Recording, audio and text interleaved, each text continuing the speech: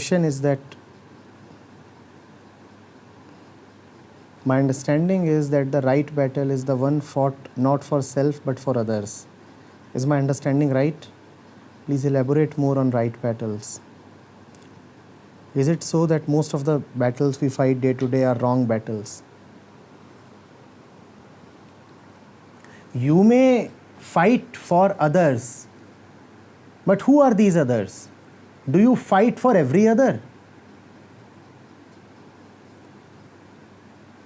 You feed your own cat. You are fighting for your cat.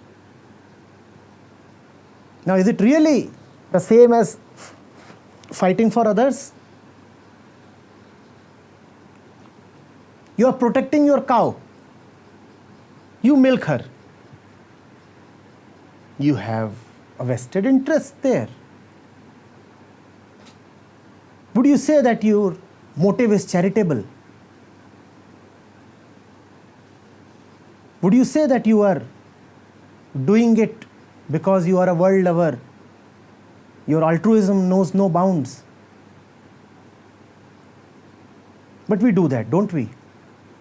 We feed the cow because we want to milk the cow, and later on, we tell the cow that we have been very charitable towards her. Don't we?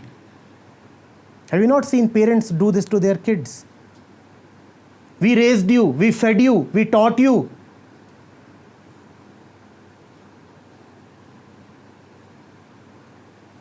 You can visualize the same being done to a cow. You would never quote, "We milked you." You would only say, "We fed you, we protected you." What about the milking? What about the expectation of the milking?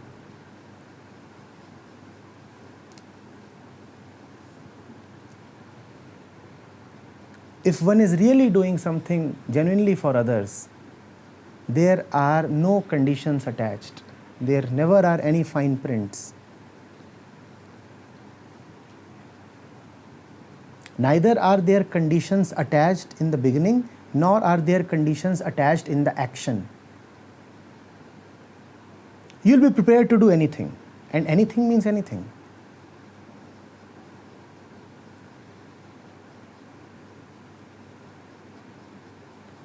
You can love someone so much that you can lay down your own life for that person. And you can love someone so much that you can be prepared to kill that person. Anything means anything.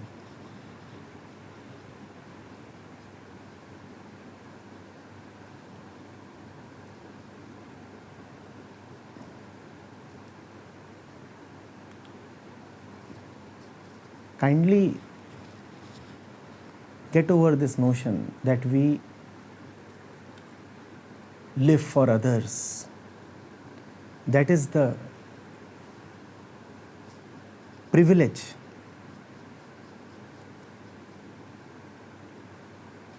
granted only to a Buddha. Living for others happens only to the one who has nothing personal to live for. If you have a lot that is personal in your life, personal time, personal freedom, personal money, personal thoughts, personal relationships,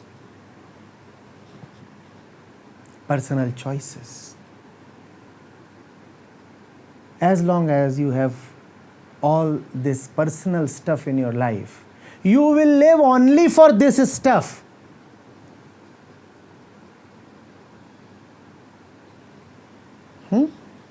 You have a personal family.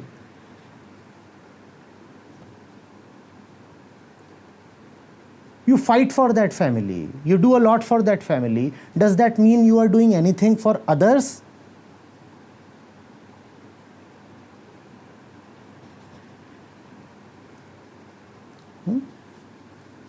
Your self-interest, your conditioning is related to the ones you are striving for.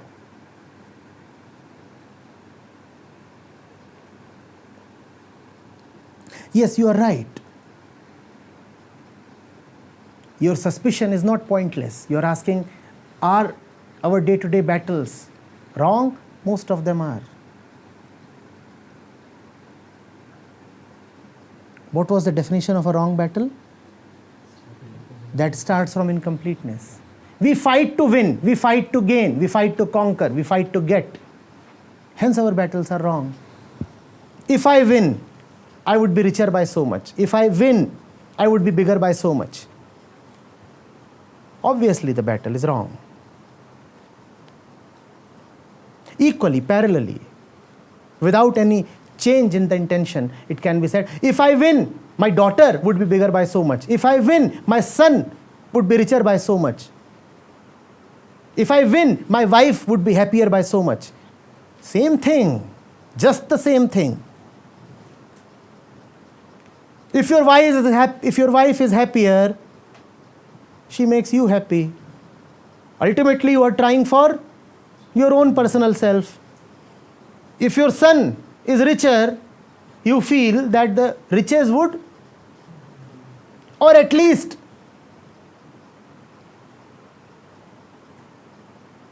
some kind of gratefulness would come to you. It is this gratification that you are after. Even if your son does not give you a single paisa, you still feel gratified, saying what? My son, he is earning so much. And you know what?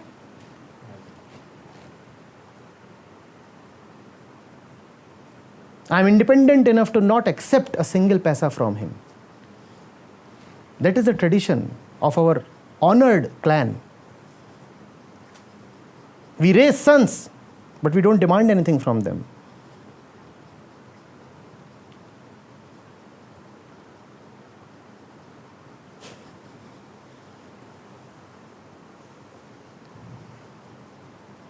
Being what we are, it is hardly possible for us to do anything for others.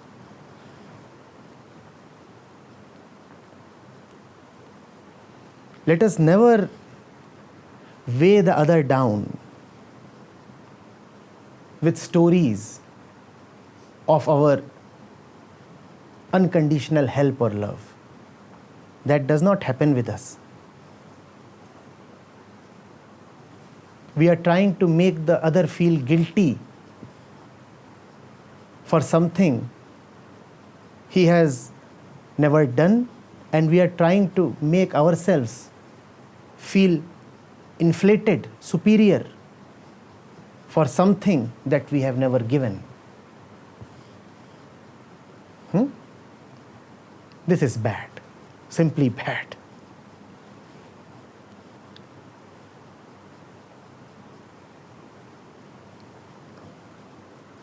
To give really fully, to give really unconditionally, have a huge heart, really huge heart. If you are giving just to your son or daughter, you can be a big giver and still a very mean person. There are millions of mean fathers who keep on bestowing fortunes upon their offsprings. Are there not? They give so much, millions and billions, but are they really giving? So you can be a big giver, but still you would remain very mean if you are giving with strings attached, if you are giving conditionally. Real giving happens only when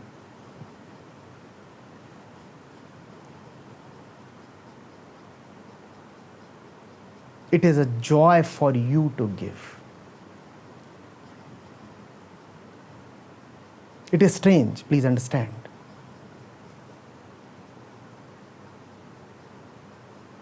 We say that real giving happens when the giver is at peace. That is what traditionally is said. But something beyond that, something even more than that can happen.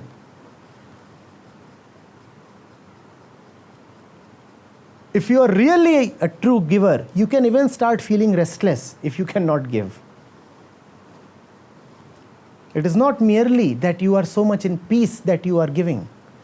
Even your own peace can get disturbed if you do not get to give. Hence, giving is a favor that you are getting from the one to whom you are giving.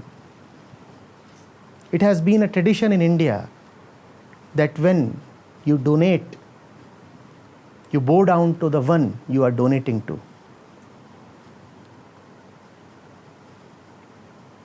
For this reason, he has done you a favor by accepting your donation. Otherwise, you would have remained restless.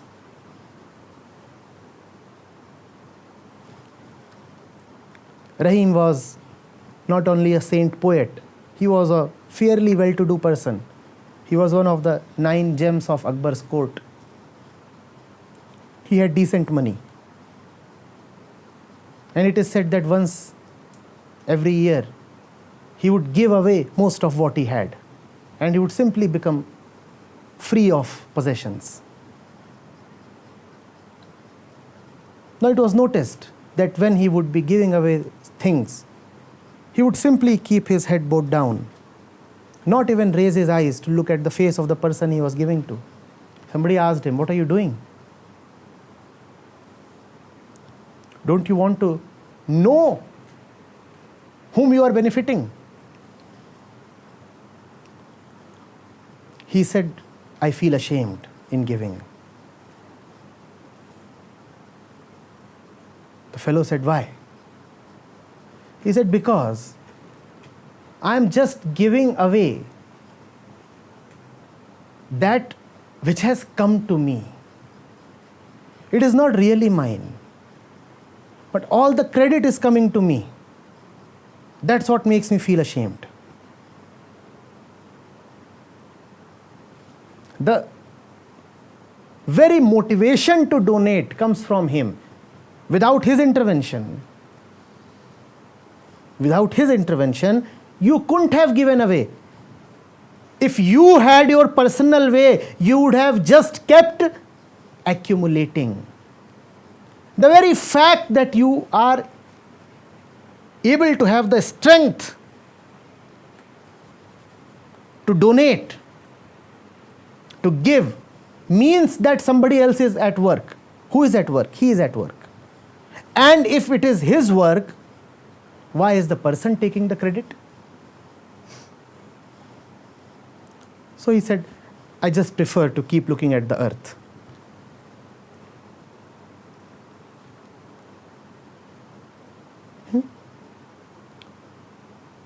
Only in your total inner fullness can you really give.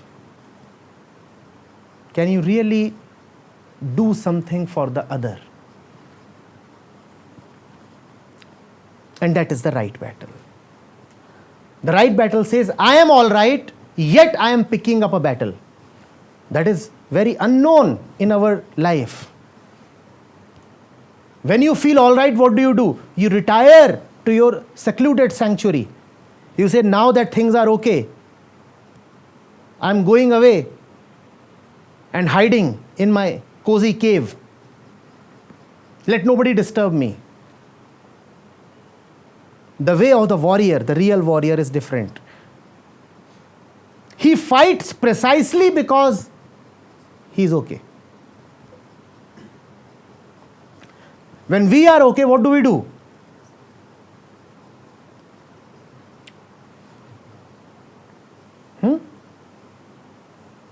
When we are okay, then it's curtains. Pull the curtains. Switch on the AC. And put a board, "Do not disturb." I'm okay.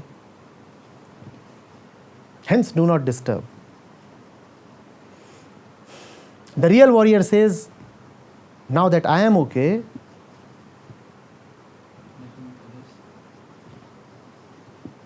it's time to poke my nose."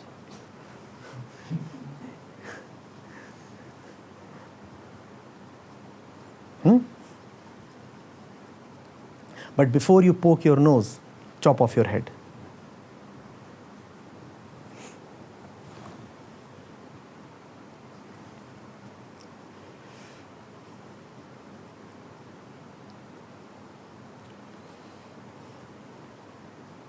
Getting it?